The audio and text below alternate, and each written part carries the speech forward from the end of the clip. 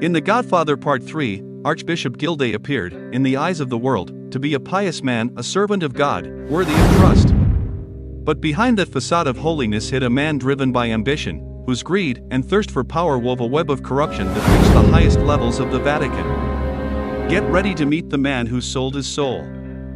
And the ultimate price he paid for it. Gilday, portrayed by actor Donald Donnelly, is one of the most powerful figures within the Vatican Bank.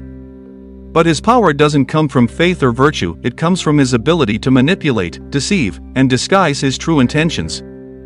Through his position, he becomes directly involved in the business dealings of Immobiliare, an international corporation of enormous influence, which Michael Corleone seeks to acquire as his greatest opportunity to cleanse his name and finally legitimize his family's business. However, what Michael didn't know was that behind this seemingly clean transaction lay a dark pit of debt, fraud, and corruption. The Vatican Bank, under Gilday's management, was on the verge of bankruptcy. Gilday had made disastrous investments, embezzled funds, and partnered with criminal and political figures to cover financial holes. His hope was simple, that Michael, with his immense fortune, would unknowingly take on those debts, and he succeeded. Gilday managed to deceive Michael, presenting the purchase of Immobiliare as a once-in-a-lifetime opportunity, noble, even blessed. He convinced Michael that this operation would not only bring great financial rewards but would also turn him into a clean man, accepted by society, and above all, free from the chains of organized crime. What Michael didn't realize was that by signing those papers, he wasn't just paying for a legitimate business, he was also covering the holes left by the Vatican's internal corruption. Gilday's manipulation was as subtle as it was dangerous. At every step, he wrapped his lies in words of faith and hope, using religious symbols as shields to hide his true intentions. He smoked shamelessly inside sacred offices, a small gesture that, while seemingly trivial, clearly reflected his disregard for morality and his deep hypocrisy. But Gilday's problems didn't end there. His worst nightmare began when the newly elected Pope, a man of integrity, determined to reform the Church's finances, started reviewing the documents, the accounts, and the shady dealings Gilday had orchestrated. Suddenly, the house of cards that had taken him so long to build began to crumble. The Pope uncovered the fraud, the embezzlement, and the rot hiding beneath the sacred appearance of the Vatican Bank. Cornered, and knowing that the Pope's reforms could bring down his entire web of corruption, Gilday resorts to an extreme and terrifying solution: murder. He carefully plans to poison the Pope during his nightly tea. A silent death, leaving no traces, disguised as a mere health issue. A crime committed under the veil of the sacred, designed to preserve corruption and ensure that his sins would be buried alongside his victim. Meanwhile, Michael, who at first believed this deal would bring him redemption, realizes the monster he had been negotiating with. The pain and guilt of seeing how his attempt to become a legitimate man had instead pulled him deeper into a rotten system pushes him to make definitive decisions. This is when he begins preparing Vincent Mancini, Sonny's illegitimate son, to become his successor. Michael understands that if he truly wants to cleanse his hands of bloodshed and sever ties with his criminal past, he must pass on that responsibility. But this transfer is neither free nor automatic.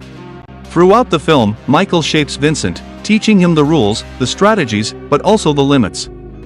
He shows him that being Don is not just about wielding power, it's about carrying the heavy burden of protecting the family at any cost, even if that means staining his hands with blood. Thus, Michael orchestrates a move that is both strategic and symbolic. He will no longer give the orders directly, his time as the executor is over. Now, it is Vincent who must assume the dark part of the legacy.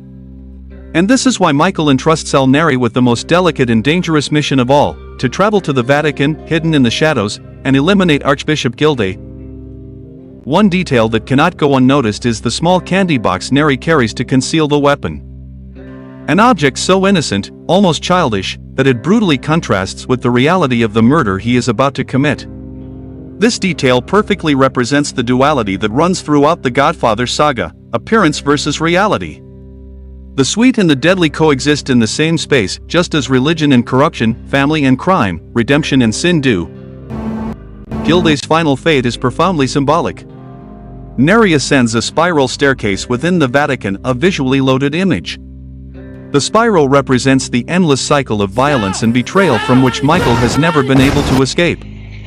No matter how hard he tries to climb, to redeem himself, there is always something dragging him back into the center of the storm. Crime.